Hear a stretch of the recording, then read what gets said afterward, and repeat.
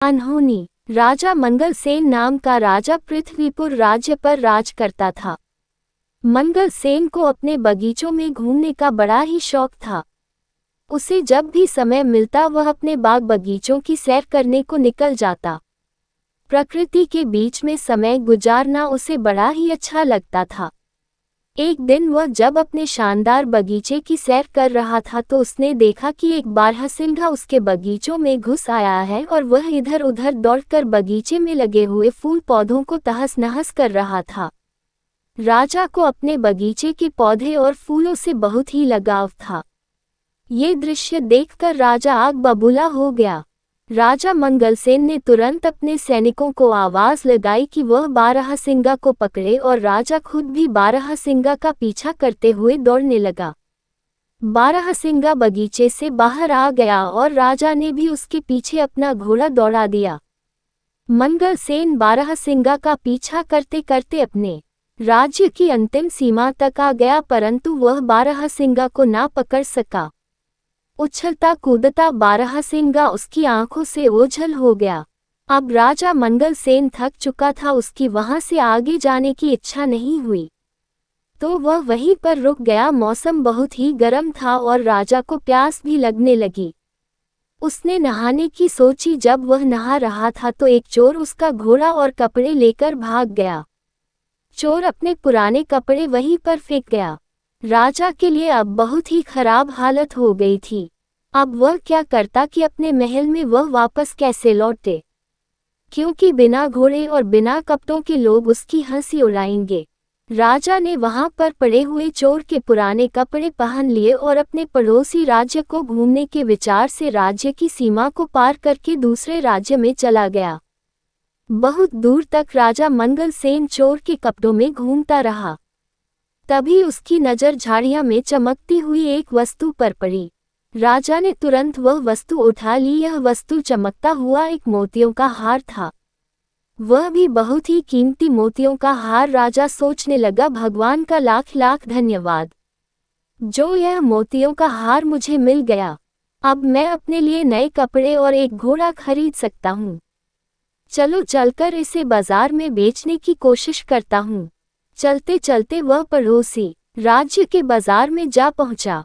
वहां वह एक सुनार के पास गया और कहने लगा, सेठ जी, क्या तुम मुझसे एक मोतियों का हार खरीदोगे? मेरे पास बेचने के लिए एक कीमती हार है।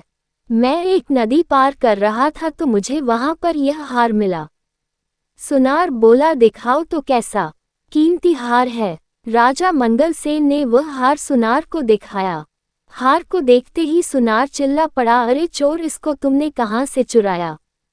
मैंने ऐसे ही 2 हार राजा साहब के लिए बनवाए थे, उसमें से एक पता नहीं कहाँ चला गया। जरूर तुमने ही यह चुराया होगा। चलो इसी समय राजा के दरबार में। मंगलसेन बोल, नहीं सेठ जी, ऐसी बातें मत करो, मैं चोर नहीं हूँ। मुझे तो यह हार पड़ा हुआ मिला था। परंतु सेठ ने उसकी एक न सुनी और तुरंत अपना नौकर भेजकर कोतवाल को बुला भेजा। मंगलसेन ने कोतवाल के सामने भी अपनी बेगुनाही की बात कही, मगर उसे पकड़कर महाराज के सामने हाजिर कर दिया गया। जब मंगलसेन को महाराज के दरबार में लाया गया तो सुनार ने महाराज के सामने अपनी शिकायत रखी और मंगलसेन को चोर बताया। राजा ने मंगलसेन का पक्ष सुने बिना ही कहा, क्योंकि यह सुनार हमारे राज्य का एक सम्मानित व्यापारी है तो इसकी बात एकदम सच्ची मानी जाएगी, जबकि यह आदमी हमें कोई घुसपैठिया मालूम पड़ता है, इसीलिए इसे चोरी के अपराध में कारागार में डाल दिया जाए और ठीक 3 दिन के बाद इसके हाथ काट दिए जाएंगे। यही हमारे राज्य का कानून है। फैसला सुनकर मंगलसेन घबरा गया और दया की भीख मांगने लगा, परंतु किसी ने उसकी एक न सुनी और उसे कारागार में डाल दिया गया। इस राज्य का राजा जितना अन्यायी था, उसकी रानी उतनी ही दयालु थी। जब रानी को ये सारी बात मालूम हुई तो उसने राजा से कहा, महाराज, आप इतना बेरहम हुक्म कैसे दे सकते हैं, जबकि इस मामले में कोई गवाह भी पेश नहीं किया गया और न ही आपने उसे अपराधी को अपना पक्ष रखने दिया। ये सुनार तो होते ही बदमाश है, आप तो जानते ही हैं कि यह पैसे के लिए कितना झूठ बोलते हैं और धोखा देते हैं। सच कहिए तो मुझे उसे आदमी की बात पर पूरा विश्वास है। राजा ने उसे डांटते हुए कहा, जुबान संभाल कर बात करो, तुम्हें राजकाज के मामलों में दखल देने का कोई हक नहीं है। रानी बोली, मैं चुप नहीं रहूंगी, कुछ दिनों से मैं दरबार में आपका खराब व्यवहार देख रही हूँ। आपके सलाहकार और मंत्री आपसे नाखुश हैं और आपकी जनता आपसे विद्रोह करने को तैयार है। अगर आप इसी रास्ते पर चलते रहे तो सारा राज्य बर्बाद हो जाएगा। रानी की बातें सुनकर महाराज का गुस्सा और भी भड़क गया, मानो आग में घी डाल दिया गया हो। उसने कहा, ठीक है, तुम्हें अगर उस आदमी से इतनी हमदर्दी है तो मैं तुम्हें उसी के पास पहुंचा देता हूं। राजा ने सैनिकों को आदेश दिया कि रानी को भी उसी चोर के साथ कैदखाने में डाल दिया जाए। सैनिक ये सुनकर चौंक पड़े। वह चाहते तो नहीं थे, परंतु राजा के हुक्म का पालन करना उनकी मजबूरी थी। सैनिकों ने रानी को मंगल सेन के साथ उसी कारागार में डाल दिया। मंगल सेन ने जब रानी को अपने कारागार में देखा तो आश्चर्यचकित रह गया। रानी ने उसे पूरी बात बताई। अब मंगल सेन और रानी दोनों को ही एक दूसरे से हमदर्दी हो गई थी। वह रात दोनों ने जागकर बिताई। कारागार के कुछ सैनिक रानी के वफादार थे, जबकि वह महाराज से नाखुश थे। अगली रात रानी अपने वफादार सैनिकों की मदद से मंगल सेन को साथ लेकर कारागार से फरार हो गई। दोनों भागकर राज्य से दूर एक जंगल में जा पहुंचे और झोपड़ी बनाकर वहां रहने लगे। मंगल सेन को कारागार में बहुत ही यातनाएं दी गई थी, जिसकी वजह से वह अस्वस्थ रहने लगा था। रानी ने उसकी बहुत ही सेवा की जब तक कि मंगल सेन ठीक नहीं हो गया। जल्दी ही रानी मंगल सेन को पसंद करने लगी। मंगल सेन भी रानी के प्यार का बदला प्यार से ही दिया और दोनों ने विवाह कर लिया। मंगल सेन जंगल से लकड़ियां काटकर बेचने लगा, जिससे कि वह अपना जीवन निर्वाह करने लगे थे। कुछ महीनों बाद मंगल सेन की पत्नी ने एक सुंदर बालक को जन्म दिया। एक दिन की बात है, जब मंगल सेन की पत्नी जंगल में कुछ फल तोड़ने गई हुई थी तो उसका पति और बच्चा सोए हुए थे। अपने बच्चों को वह मंगल सेन के निगरानी में छोड़ गई थी। घुटनों के बल चलते चलते बच्चा नजदीक के ही एक कुएं के पास जा पहुंचा और कुएं में गिर गया। जब मंगल सेन की आंख खुली तो बच्चे को वहां न पाकर वह बहुत ही दुख हुआ। वह तो बिल्कुल पागल सा ही हो गया था और चिल्ला चिल्ला कर रोने लगा। कहने लगा, लगता है कि मेरे बच्चे को किसी जंगली जानवर ने खा लिया है। अब मैं क्या करूं? इसकी मां को मैं क्या मुंह दिखाऊंगा? शाम के समय जब उसकी पत्नी जंगल से लौटी तो ये जानकर वह भी दुखी हुई कि उसका बच्चा वहां पर नहीं था। पर वह एक बहुत ही बहादुर और समझदार स्त्री थी, इसीलिए उसने खुद भी धीरज रखा और अपने पति को भी समझाया कि हमारी किस्मत में ऐसा ही लिखा हुआ था, आप दुख मत कीजिए। रात के समय मंगल सेन सो नहीं सका। वह अपने बच्चे के बारे में ही सोचता रहा और उसी को याद करता रहा। यह उसके लिए अच्छा ही हुआ कि वह सो ना पाया, क्योंकि रात के तीसरे पहर दो पक्षी उनके दरवाजे पर लगे हुए एक पेड़ पर आकर बैठ गए और आपस में बातें करने लगे।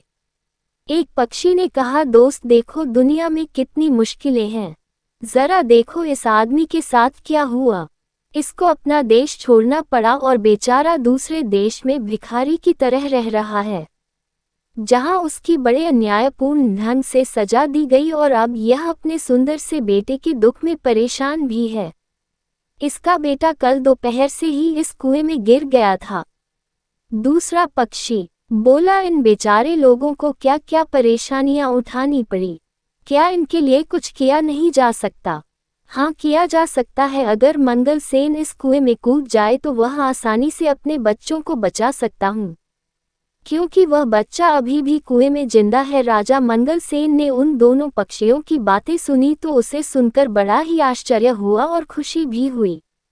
जैसे ही सुबह हुई उसने अपनी पत्नी को जगाया और उसे रात वाली बात बताई और उसकी सलाह मांगी। रानी बोली, आप पक्षियों की बात मानकर कुएं में कूद जाए। राजा इस समय कुएं में कूद गया और उसने अपने बच्चों की जान बचा ली। इस घटना के कुछ दिनों बाद जब मंगल सेन और रानी सो रहे थे तो अचानक कुछ आवाज सुनकर वे चौंक गए। बाहर देखा तो कुछ सैनिकों ने उन्हें घेर रखा था। वह भय के मारे कांपने लगे कि शत्रु राजा ने उन्हें फिर से पकड़ने के लिए सैनिक भेजे हैं। परंतु तभी मंगल सेन का एक पुराना मंत्री उसके सामने आया और अपने राजा को प्रणाम करते हुए कहा, महाराज, आखिर हमने आपको ढूंढ ही लिया। उसे देखकर मंगल सेन बहुत ही खुश हुआ। तब मंत्री ने बताया कि उसने अपने गुप्तचरों की सहायता से मंगल सेन को ढूंढने में सफलता पाया है। उसने ये भी बताया कि उसके राज्य की जनता बेसब्री से मंगल सेन का इंतजार कर रही है। अब राजा अपनी पत्नी और बच्चे के साथ अपने राज्य वापस चला गया। मंगल सेन फिर से अपनी राजगद्दी पर बैठ गया और पहले की तरह ही राज करने लगा। गद्दी पर बैठते ही मंगल सेन सबसे पहले ये काम किया। उसने अपनी सेना को लेकर उस राजा के ऊपर चढ़ाई कर दी जिसने उसके साथ बुरा व्यवहार किया था। इस युद्ध में मंगल सेन जीत गया और वह दूसरा राजा हार गया। शत्रु राजा मंगल सेन से दया की भीख मांगने लगा। शत्रु राजा ने बताया कि इन दुष्ट सुनार की वजह से उसने मंगल सेन के साथ ऐसा व्यवहार किया था। अब वह उसको जाते ही सजा देगा। शत्रु राजा को गिड़गिड़ाता हुआ देखकर मंगल सेन को उस पर दया आ गई। मंगल सेन ने उसे माफ कर दिया और उसे छोड़ दिया। उसके बाद सारे राज्य में शांति और खुशहाली फैल गई। मंगल सेन अब अपनी पत्नी और बच्चे के साथ एक खुशहाल जीवन बिताने लगा। सारी प्रजा अपने राजा के साथ साथ नई रानी और उसके बच्चे को पाकर भी बहुत प्रसन्न थी।